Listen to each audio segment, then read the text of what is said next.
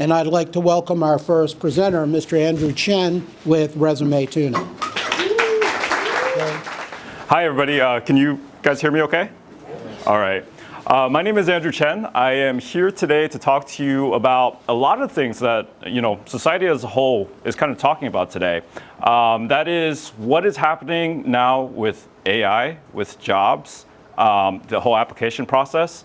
I'm hoping that today, after my presentation, you'll help understand this a little bit better, maybe come away with a little bit of insight. But let me start out with who I am and how I ended up here today. 2025 has been a pretty interesting year, I would say, for maybe all of us, right?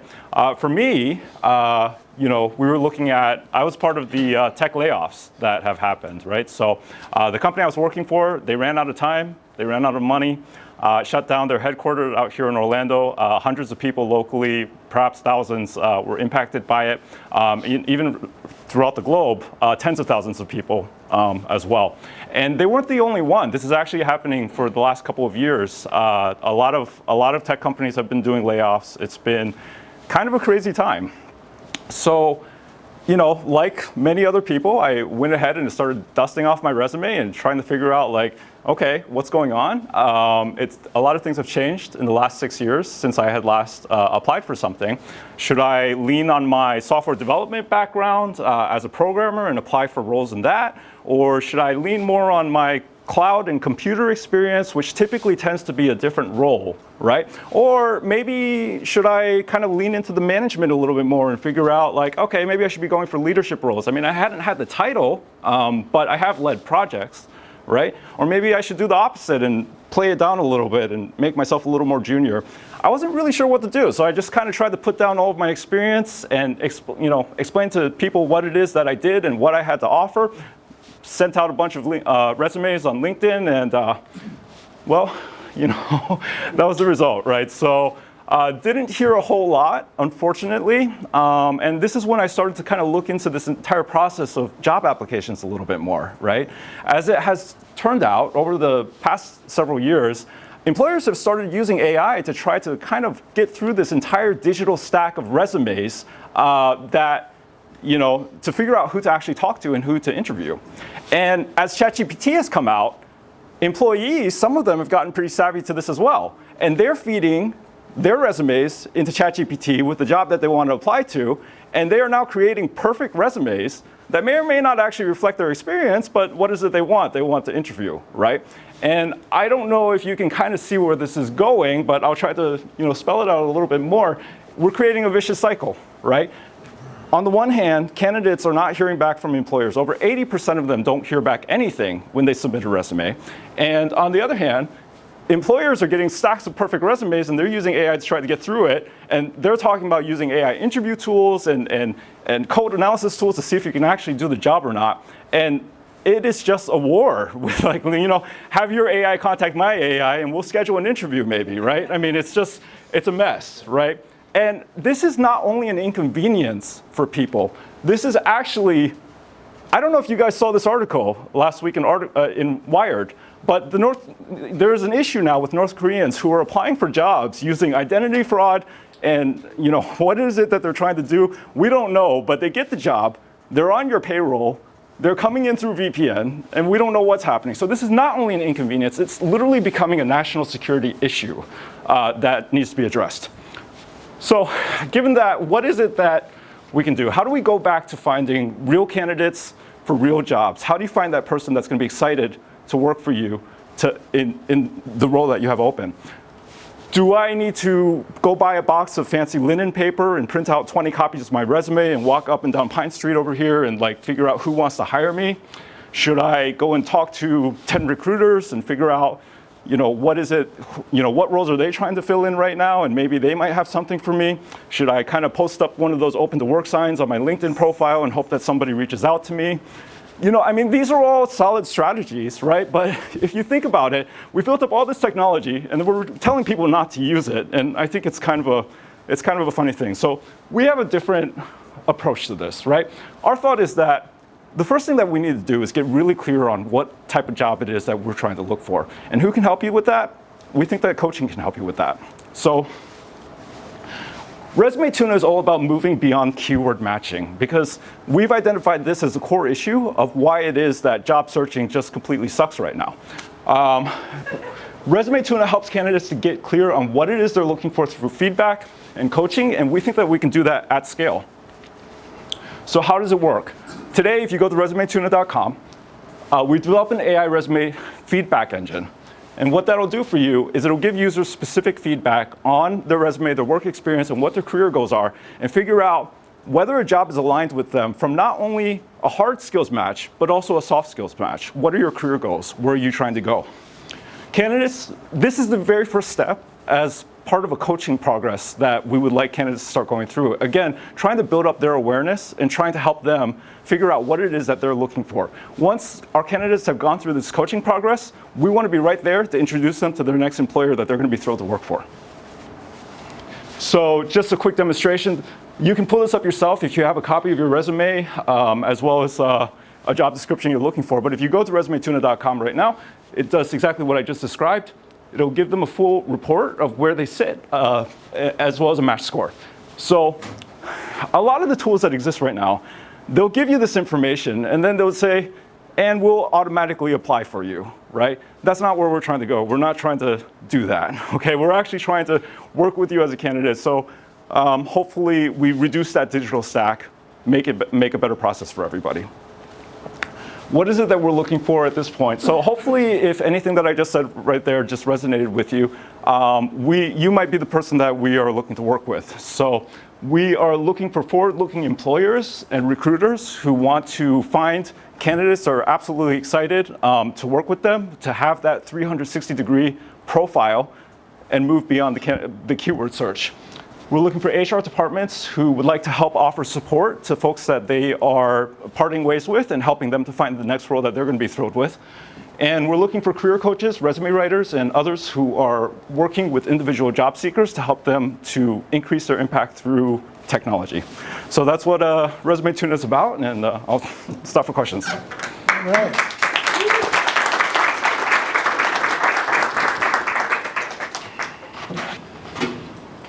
Good morning. Welcome to 1 Million Cups. My name is Rupert McNutt from Orlandopreneur, and as an entrepreneur, we see it from the other end.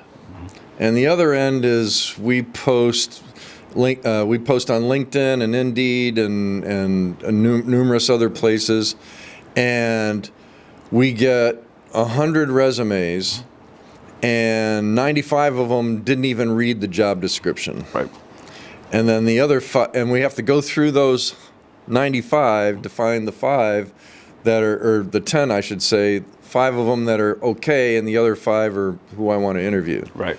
So how will I don't want to assume, but tell us, how would you help us as employers save time and effort to find the right candidates? Yeah, so we're heading it off at the source, right, which is the job candidate themselves, right? So,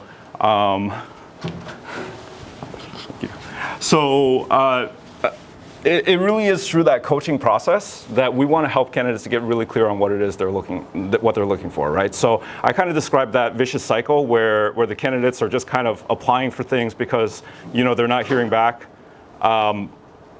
That's the cycle that we're trying to break. Hopefully, when candidates have gone through our process, they understand what it is clearly that they're wanting to look for, what kind of job that they're looking for. We're going to be able to help to make that introduction. So when you do get that candidate that comes through Resume Tuna, you're going to know that that's somebody who already has thought about what they want to do, and they know that they want to work for an opportunity like you're offering. So they're going to read the job description. Well, I mean, we'll use AI to help them read it at first, right? But like at the very least, like they will know like where they sit, like in terms of your job description. They're not going to be blindly applying, and that is a result of the current approach, which is a lot of folks that are using AI tools to mass apply to things, and that's what's happening, right? And you can't figure out what's true or not because they've had an AI go through and claim to be a match for your job, and we think that's completely the wrong approach. So that's why we're going this way. All right, thanks. Yeah. Hey, Andrew. Yeah. Thank you for the presentation. Sure. Very important problem I think you're trying to resolve. My question is regarding, well, I have a few questions technical, which we'll probably talk about during the coffee maybe. But as for business, what is your customer validation approach and strategy, and what is your differentiator as a business? If you could tell us more about that, thank you. So ultimately, it's tricky, right? Like I do feel like we need to prove value over the current process, right? Over the current job boards and everything else. And that's an ambitious project, right? Like there's nothing, we're doing nothing short of trying to change the entire process, right? Our validation is going to come from recruiters not having to go through 1,000 resumes, right? And having fewer of them to go through. I think that, to me, that's how I would measure success, is that people will start applying to fewer jobs and we'll go for quality over quantity. And we'll use AI to help us get there. Why tuna? Why do you use that in the name? Well, it's I guess it's I don't know. I just like fish, I guess. But no, I mean it's our initial offer, it's a Resume Tuna, right? And we just shortened it to tuna. So hopefully it's easy to remember. So you can tune a tuna, but you can't tune a fish. Tune a piano, but you can't tune a fish. You can tune your resume though. So Yeah. absolutely. So does that mean you've kind of identified a problem, but the solution is still a little fuzzy, or like, because again, who's paying for this? Am I as the candidate, or am I as the business owner? Like, yeah. So getting candidates to pay for services is always tricky, although I will say that the current career services industry is about a $2.5 billion industry. And just from talking to people as well, I have heard of candidates that are paying for services to get interviews. So, I mean, the system's definitely broken and candidates are paying, right? However, it's not our main aim, but we do find we're definitely open to having a plan where candidates are paying because we do want to provide them coaching. We do want to provide them with extra services. And we think that a candidate that is that dedicated to their career search is going to be a fantastic employee. So we're open to that model as well. Well, that sort of answered my question. What is your revenue model? So you're charging the companies, and it's based on a success fee? We are definitely open to that. Ultimately, I think that we will end up working with recruiters. I think that we may need some time to prove that we can actually create that value between the current process and what we're proposing to do. So until then, we do want to work with employers that want to give it a try and see if we can actually place people for them successfully. And if that is the case, yes, we would have a placement fee that would be involved with that. Yeah, one suggestion for you. I was in that business many, many years ago, and what we would do is if it was a big enough fee that they were going to pay us, we'd make sure that we trained that person to do a really good interview. Sure. And so you can certainly do that. Absolutely. Absolutely. AI tools have changed the game. So this is kind of serendipitous timing. I put a job post out on Monday evening, and by Tuesday afternoon, I had 800 applicants. And I ended up going through them. Most of the people applying didn't have anywhere near the focus that I was looking for. Mm-hmm. I mean, I'm looking for a marketing assistant, coordinator, working with influencers, different things. Sure. And most of them were absolutely not even in the marketing field. Mm-hmm. And so my challenge here is I don't see any differentiator between you and a bunch of other people that I went and looked at to help me with this process. I'm just using LinkedIn Recruiter Lite, which is horrible as an employer. Right. But if you don't come up with a differentiator that is absolutely rock solid, it's going to be a huge challenge. What is it? Can you give it to me in 10 words?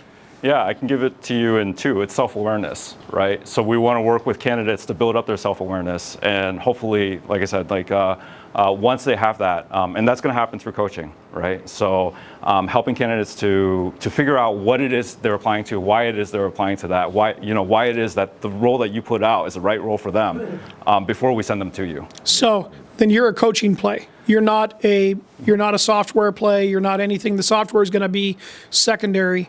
So I would suggest that you strongly go to charging the clients being the service, being the $500,000 one time or recurring, whatever it is. Okay. So that lean into what your differentiator is. Right. Don't ignore it. I appreciate Lean that. into it and just own it. Absolutely. Thank you so much. Appreciate the feedback. Andrew, thank you. Really good presentation and super huge problem that you're trying to tackle, and I Absolutely. appreciate it. I was laid off almost a year ago. Put out 350 applications that resulted in like 3 or 4 interviews, right? Right. So I'm totally tuned into what you're talking about. Okay. In the end, it was the networking and communication directly with people that resulted in the positive turnaround for me. Yeah. My question is, are you doing research into the personas that are the applicants out there? Somebody who is laid off from a 5-year lower level position as compared to somebody who's been in a position for 18 or 20 years, has much more, career experience. Are you doing research into those personas and exactly what they are looking for and what they're worried about during that period shortly after they've been laid off? Sure. So we have done some initial research on this, and what we're focusing on right now is really that kind of mid-career, like a mid-career IT professional is kind of what we're initially focused on, but we are certainly open to working on more. That's just one of the areas that we kind of understand. On average, it usually takes somebody who gets laid off, it usually takes maybe around 5 months on average for them to find their next role, which is a little bit longer than the typical turnaround, which is closer to 90 days or so.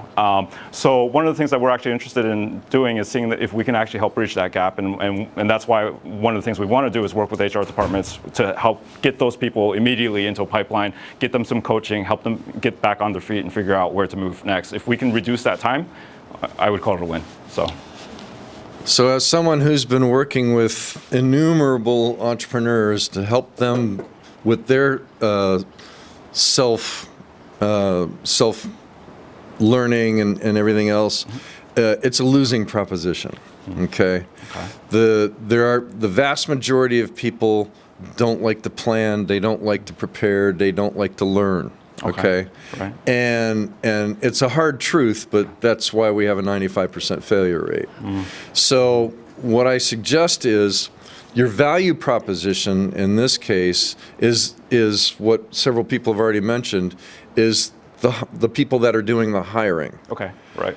Because if you could save him, time going through 800 resumes Yep. to find the 1 or 2 candidates that are actually worthwhile to look at, Right. then that is your value proposition. Sure. Okay. Sure. And there's other ones out there that can help do that. Yeah. However, what you need to do to stand out Right. is what is something on top of that. Absolutely. Okay. Yeah. So that would be my 2 cents. So if you take it at the floodgate though, right? And at that point, the candidate's already used AI to lie on the resume, and you can't tell the difference one between the other, right? However, if they're using our tool, we're going to know what their process is, right? We're going to know what their intent is. We're going to have a much broader view on like who they are, right? Whether or not they want coaching or not, we're just going to be able to see like how they behave on our platform, right? And we're going to have a lot of insight that you as an employer are just not going to have. So I would say that we will, that is one of the ways that we'll demonstrate. Okay. Andrew, thank you for this presentation. It's very interesting how you found this niche here, but I had a couple questions. First one is, have you found any industries or demographics that are especially underserved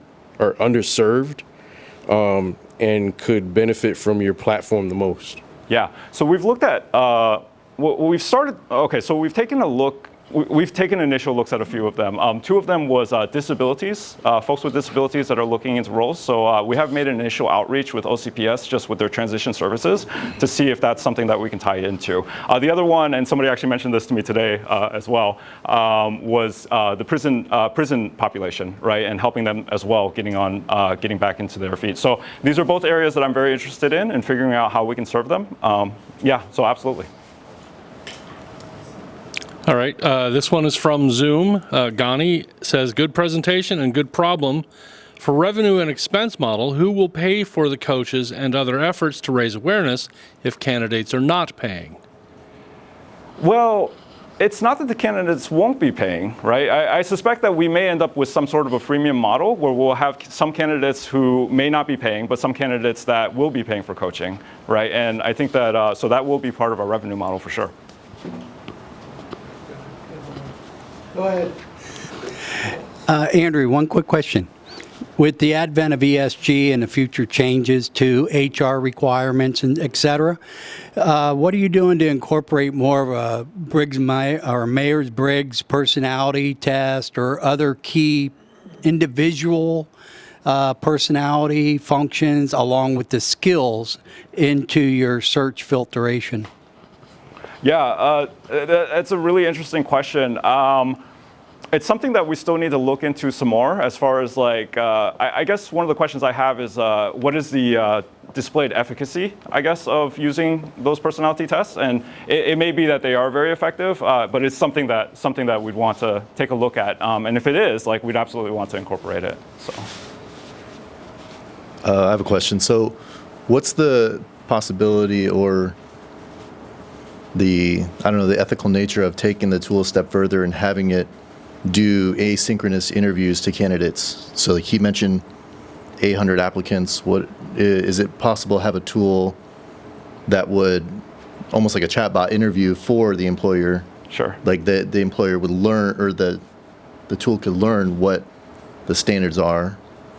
I don't know. That's what comes to mind. Is that something that can be done? I don't know. Yeah, absolutely. From an ethical standpoint. Yeah, I don't know if it's an ethical issue. Like it's something that we plan to offer, right? So if you come into Resume Tuna, once you've done an analysis on your resume and we understand what kind of roles you're looking for, we can start coaching you on how to interview, right? Before you even show up at the employer with, prepared. So we want to send you there prepared. But once you know what you're looking for, right?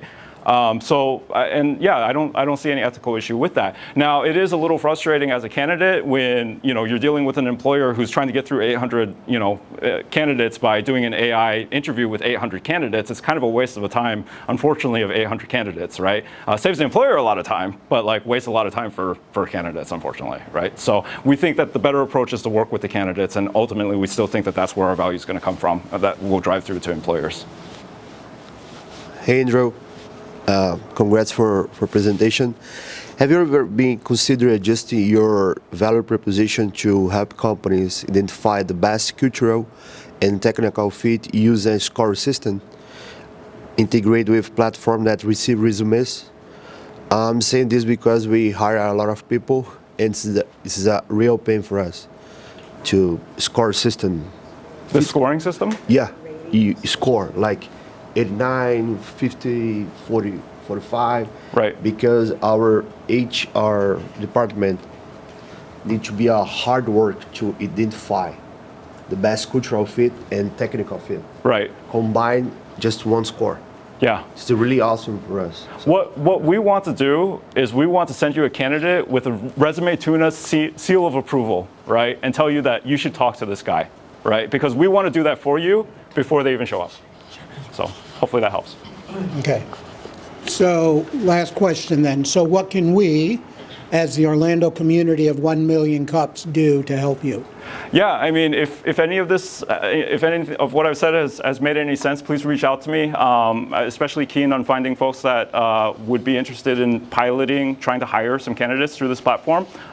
One thing that we could do is try to build up something specific to Orlando and try and connect people locally through the platform. And if anybody's interested in doing that, let me know. Okay. Yeah. All right. Thank you. So now I would like to welcome Nick Cardona with Local Chef. I didn't put your... Hello, everybody. Good morning. Hello, everybody on Zoom. I know Gani's over there chiming in. So my name's Nick. I'm the founder of Local Chef. We are a platform that connects busy people with local chefs offering affordable, fresh, ready-to-eat meals delivered straight to your door on a weekly basis. So here's the problem. Most people are too busy to cook. Anybody experience that? And eating out can get expensive and unhealthy pretty quickly. And most of the ready-made meal options, they're not solving the problem for consumers. HelloFresh, I'm sure you've heard of, is more of a meal kit solution. You still have to cook the meals. And Factor was something that it was hard for me to kind of stick with. It kind of felt like hospital food after a couple of weeks. So we created a solution. It's a web platform connecting chefs to local consumers. And we think it solves the problem of time. If you value your time at least $20 an hour, and you're spending 10 hours a week figuring out how to shop and cook and clean and make yourself a nice home-cooked meal daily, it's costing you money. Also, we want to provide opportunities for chefs to be entrepreneurs in local areas. And we want to provide an easy local way for consumers to get fresh meals every single week. This is not a hypothesis. This is already something that companies are targeting and doing pretty big numbers. Factor is the main meal prep company in America. They're doing about $200 million a year. Chef.com is sort of a similar concept with us, with decentralized local chefs in different cities. They're doing about $70 million a year. The TAM for our industry, and the one that we're targeting, is the annual grocery spend, which is about $1.5 trillion a year. The one we're really focused on is the US ready meals market. That's the fastest segment that we're kind of focusing in on, and that's $47 billion. And we're trying to capture about 15% of that, Local Chef is. That's going to be about $7 billion. We want to focus on the millions of Americans that don't have the time to cook, but are still a bit health conscious. So how do we make money? We charge 15% per order. On average, we're expecting customers to order about 7 to 8 meals a week. We're taking these numbers off of $12 a meal, which is conservative. They're spending about $96 a week. Our fee will be about $14 per customer a week. With 10,000 subscribed customers a month, that would be $150,000 a month, about $1.7 million a year. With 100,000 customers a month, that would be about 1.7 million a month. And on the chef side, with 12 weekly subscribed customers, they can make upwards of about $2,300 a month, cooking about 96 meals a week, and that would take about 8 to 10 hours and could be split between a day or two. So our product is live. You can go to local-chef.com and place your order. It's a pretty simple process. In the future, when we're in different cities, you'll put your zip code. The chefs will pop up.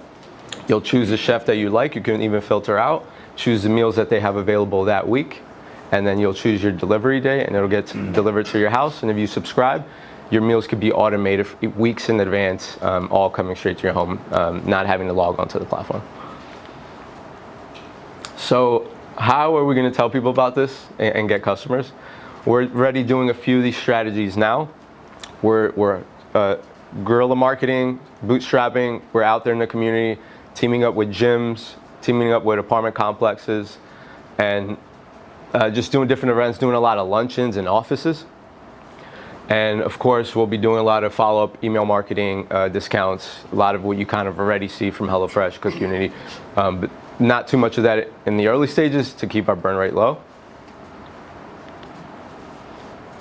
So you might say, okay, well, there's a few competitors out there, and I would agree with you. You can even go to Publix and Walmart, and they have ready-made meal options in the aisles already. We do think that we are a bit different. Chef.com is something similar, but they're more of home restaurants. From home, we're more of a meal prep operation from home for vetted chefs. And so we think we bring that local delivery, that local fresh meal feel to the industry. These companies are growing, and some of them are raising pretty large rounds. Chef.com, the platform out of California, has already raised about upwards of $70 million. Cook Unity's raised about $100 million. HelloFresh does about $7 billion in annual revenue. They've bought out Factor as well. What is our advantage? What differentiates us between these other competitors? Well, we think we're the first meal prep platform peer-to-peer as its core main functionality. We avoid all that shipping across the nation in these big boxes, excess packaging. We'll have more chefs with more optionalities, right? Depending if you want gluten-free, organic, table to or farm-to-table chefs. I think we'll be able to offer different meal options than other companies due to our model. We don't have any kitchens, so it's easier for scaling. We'll be able to have chefs in more remote areas because they'll just have to sign up to the platform, get accepted, and they can serve their community. And we'll take care of educating chefs and making sure they're safety certified to avoid any potential problems with food and customers. This is not just any testimonial. This was a customer that we had a year ago prior to our platform launch when we were kind of just validating the idea. He was a customer for months, every single week. He sent an email telling us how good he liked our product. He had tried all the other meal prep services. He liked the quality and the local feel of our product. And he also asked to join the local chef team as a technical co-founder. He was for a brief time, but I think that's a testament to the product that we were building at the time. I'm Nick Cardona, I'm the founder. I have had some experience in business. I've scaled an Airbnb business to 5 properties during a 7-year run. I did run a sales team in insurance, and I founded the self-development group. It was kind of like the Toastmasters of self-help here in Orlando. We scaled into over 4 states with over 300 members pre-COVID.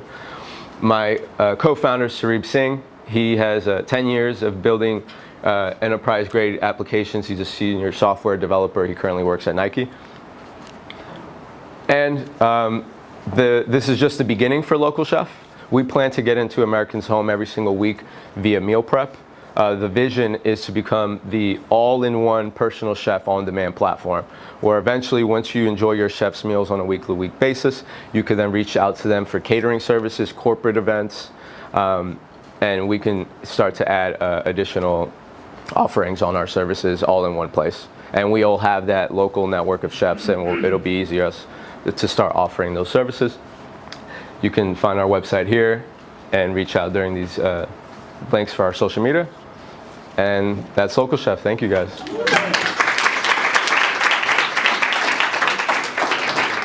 So Nick and I had actually met at the self-help group that he had done at the library. Correct. And then we moved as it grew, and we've just maintained a friendship since then. So Nick is really a true spirit of an entrepreneur, if you can see with what he's done. So I'm going to start with questions real quick. So the one problem I could see, Sure. How do you protect yourself? So if I'm a chef, you say, hey, I want to get into your network.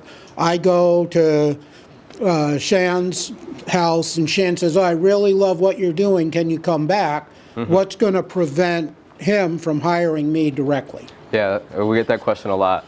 I think it's just about adding value. When we talk to chefs now that are offering meal prep services, they're sending text messages on a weekly basis saying, this is what we have, send me Zelle, and then the chef has to figure out how to deliver it. We want to add so much value that they don't want to leave our platform, right? And this comes from my experience with Airbnb. People would try to rent my Airbnbs off the platform, and I would always reject it for multiple reasons. One of the big reasons being that I get general liability insurance doing my business through Airbnb, and that's something that we're going to want to offer to chefs eventually as well, down the line. Local-chef, right? Local-chef.com, yeah. Okay, go ahead. And well, also delivery. We're gonna automate delivery for the chefs. That's a big issue for the chefs. It takes a lot of time. And also, the average meal prep customer will last about 3 to 4 weeks. So the chef's gonna want to stay on our platform, so they're getting these reoccurring weekly subscriptions. Thank you. This is fantastic. You're sitting on a gold mine. Ignore the competition. No competition there. You tie up with air fryer. You will be surprised where you can lead to. I put all my weekly meals in the air fryer. That's it. Air fryer is going to have a toasting capability, microwave capability, and air frying capability. unbelievable. That's the future. So you want to tie up with it, and you can build an amazing business, and I will help you out on that, okay? And that's a time-saving, healthy product, and variety. You can have variety from all over the globe. Yep. You can have it instant, okay? Yep. Follow the Dollar Shave. Look at how they manage it. Your Airbnb, look at how they manage it. Start slowly, start locally. Have a business model which is very solid, and people will like it, love it, and can't live without you. And word of mouth, you don't have to spend one penny on marketing. That's what you do. And you are printing money. I'm not kidding. You can be anybody you want to be right now. Let me help you out. Thank you very much. Thank you so much. A lot of that is because he invented the air fryer. I see the problem you're going to have here is probably logistics. I'm assuming that you're going to have a lot of chefs that are going to have specialty dishes they want to make. I'm assuming each chef's going to have his own menu, or are you going to provide a menu for him? They create their own menus and pricing, all that. Okay, so the same thing for the pricing. And then you're just taking a percentage of whatever they sell, so that's the way it's going to work? Correct. We do provide some guidance on how to success. How are you going to limit it as far as, what's going to be their territory? I mean, obviously a guy can't deliver at the other side of town.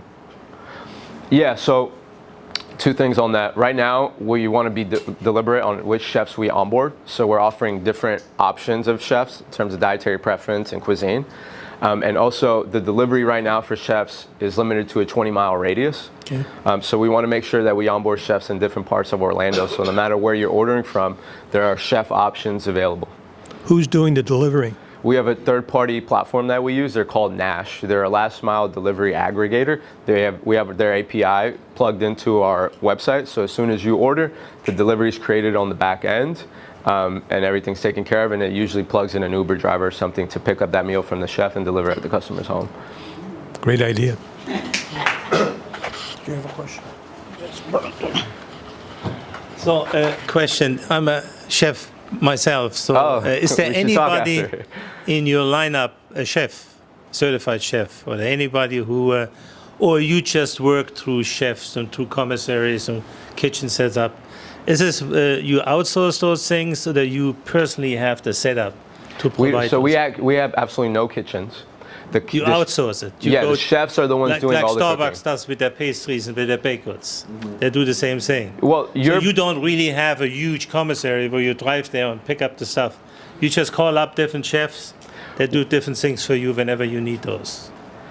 Correct. So you're ordering directly from the chef. We're simply the platform that hosts the chefs and their menus on. Yes. The Airbnb for chefs. I got this, yeah. Yes. Okay. Exactly. Like Airbnb, they don't own any real estate, right? They're just hosting the hospitality business. Hey, beautiful presentation. Thank you for that. My question is, could you tell us more about the cost structure? How did you come? The what? I'm sorry. With the cost structure.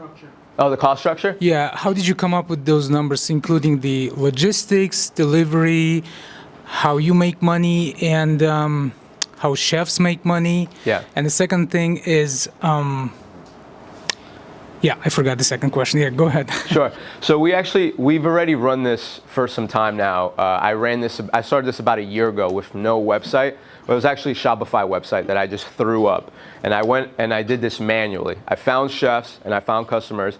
I manually gave them orders weekly to fulfill. And I wrote down, what are the costs for the chefs? What are the customers willing to pay for? What are the customers looking for? How do we solve this delivery problem? And also, so that's how kind of where we got the numbers from. But also, this is the industry average. I have a friend who has a meal prep business out in Boca Raton. He's the top meal prep business in Florida. I also took some of these numbers from his business, where he tells me that the average customer lasts about 4 to 6 weeks. And then 15% commission came from being on the lower end of the chef platforms. And then as we grow and add value, we'll increase that 15% on the chef side. So these are all numbers based on meal prep industry data. Nick, good seeing you again. Good presentation. What's up, Bob? How you doing? Great idea. How much lead time does the chefs get to prepare the food? And when it comes, is it hot, ready to eat, or do they need to heat it up? Great question. So it's not like DoorDash or Uber Eats where the food comes instantly or in 30 minutes, hoping that the food is still warm. So it's up to the chef to decide their cutoff time. Right now we have it set to about a day and a half or 2. So if the chef decides to do their cooking and delivery on a Sunday, orders will cut off on Friday morning or afternoon. And then they'll have, it's better than cooking for a restaurant because you have all your orders in advance and you can prep and cook and not have. It doesn't come hot. Sorry, to answer that question, it doesn't come hot. Meal prep comes cold. It's fully cooked. It's just chilled.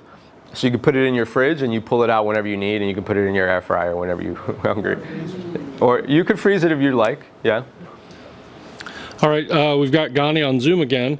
What is your service demographic, and how do you define or limit the chef and customer location? So our demographic is busy professionals and health-conscious professionals. Those are the people most interested in our service. And what was the second question? How do you define or limit the chef and customer location? Yes, so on the back end, we automatically limit orders going to you past the 20-mile radius, so you just won't get those orders. Yeah. So great presentation. Quick question I just wanted to ask. What's your strategy on acquiring new customers and new chefs in the future?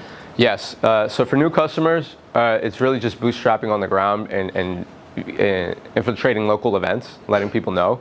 Hopefully building that word of mouth of having a good weekly service. People just start telling their friends, and hopefully their friends eating Factor, and he's like, you should really try Local Chef this week. We're also offering first-time discounts for everybody here as well, 30% off your first order. You'll get chef quality meals for a really cheap price, so it's worth trying out.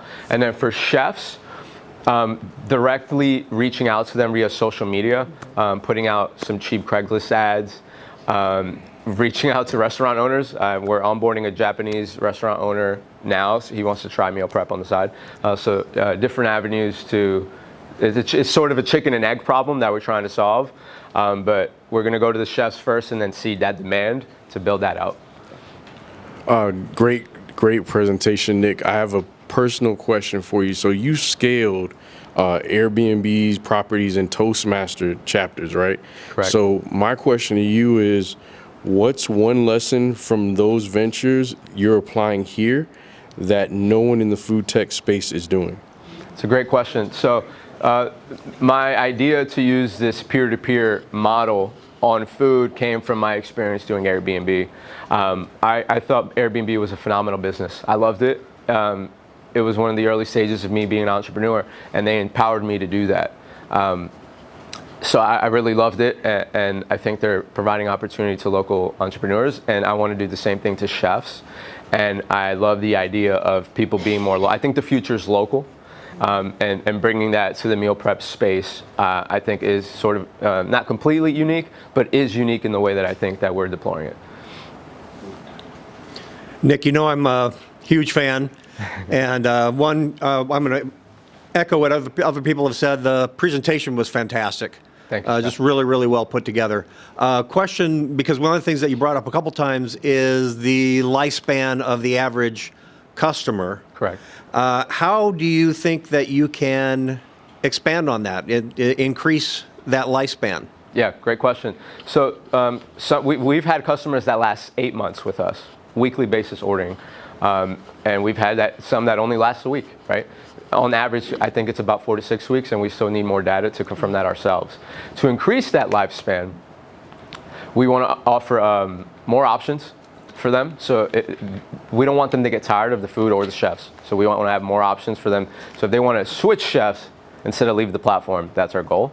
We'll be able to provide rewards for people. So the more you order, every once in a while you get a free meal, you get a discount, something like that. And then down the line, eventually, we'd like to offer maybe a subscription on the customer side where they can get benefits like cheaper delivery, cheaper discount, more discounts or stuff like that. But I think there's ways to increase the LTV per customer, certainly. So what's your goal for the Orlando market for now? And then are you deploying in other cities yet? And what cities are those? Yeah, so right now we just launched a couple weeks ago right here in Orlando. Our goal is to infiltrate all the gyms, all the co-working spaces, do luncheons at all the offices downtown, and just get the word out. Let people know we're here. If you're already doing meal prep, we're a fresh option. Price is fairly similar.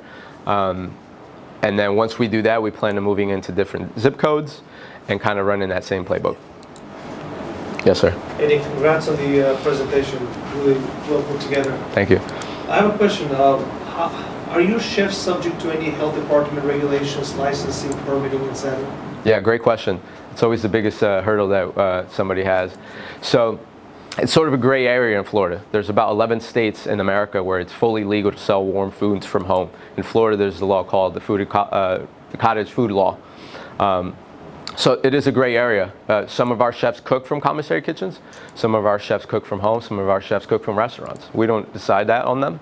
And we approve them based on skill, not on based on the location of their kitchen. So chef.com, the one that raised over $70 million, they have some of the biggest backers in terms of VCs and celebrities. They've launched in Orlando already. And they are going against the cottage food law, obviously. And a lot of the money raised is to fight regulations. So sort of like how Airbnb and Uber was illegal when it first started, and they fought that and kind of changed the law and created a business that made regulators feel comfortable. We're going to take a similar route, and we're hoping they also do a lot of the tough legwork for us to be also able to allow chefs to cook from home. Thanks. No problem. Okay, fantastic. We got to run. So, last question: what can we, as the Orlando community of 1 million cups, do to help you? Yes, we're looking to onboard more chefs. So if you are a chef, or if you have any chef friends that would like help kickstarting their food business, I would love for you guys to connect me with them. Also, if you know anybody who is too busy or wants some local fresh meals weekly, let them know Local Chef is a new meal prep option available to them. And any of you guys want to test it out, we'll give you guys 30% on your first week. You can try out the platform. All right, awesome. Thank you, Nick. Thank you. So great stuff. I'm hungry. All right, so our sponsors today, Orlando Tech Hub is where we are. Future Funders is a fund that's being put together to help start up smaller amounts, $10,000, $20,000, $30,000 range. Donut Central provides our donuts and Salai Coffee we mentioned earlier. I love the air fryer.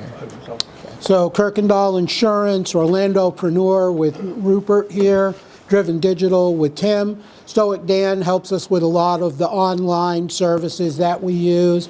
John Swanson's our real estate detective, and then myself with the Elephant Agency and Legal Shield for Business. And follow us on the social media here. We meet every Wednesday. 8:30 to 9 is networking, get to know each other, to have some time for a cup of coffee, and get to know each other a little bit better, figure out how you can help one another. Our organizers, if you'd raise your hands, please, organizers, if you have any questions, come talk to us after. We'll be happy to answer you, help you any way that we can.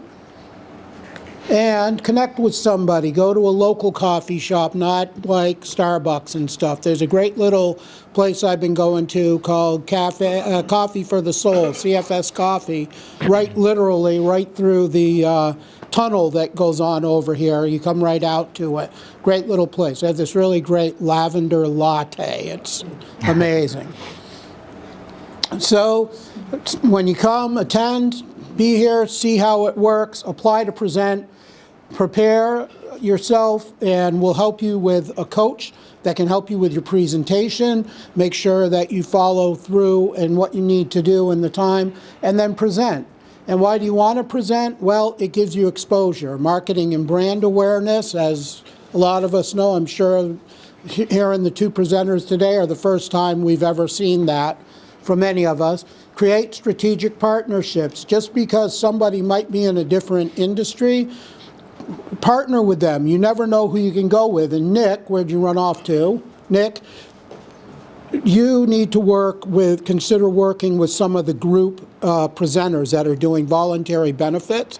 So like a lot of times, I do that, I'm in that space. A lot of times when you go in, we're required to bring in lunch or breakfast or something to eat. We might be able to work something there. We'll talk about that after. Hiring and retaining talent. Networking experience, which is a really great way to practice your 30-second pitch. What do? You should have it down to like one line, okay? Something that you can make really quick, because remember, all you're trying to do is pick interest. You want to get somebody to go, huh? And get them to ask that question, and then practice in growth, and this will give you the feedback that you need. So thank you for all coming. I'll see you in 166 and a half hours. 9,990 minutes or 599,400 seconds. Go make some money. Have a great week.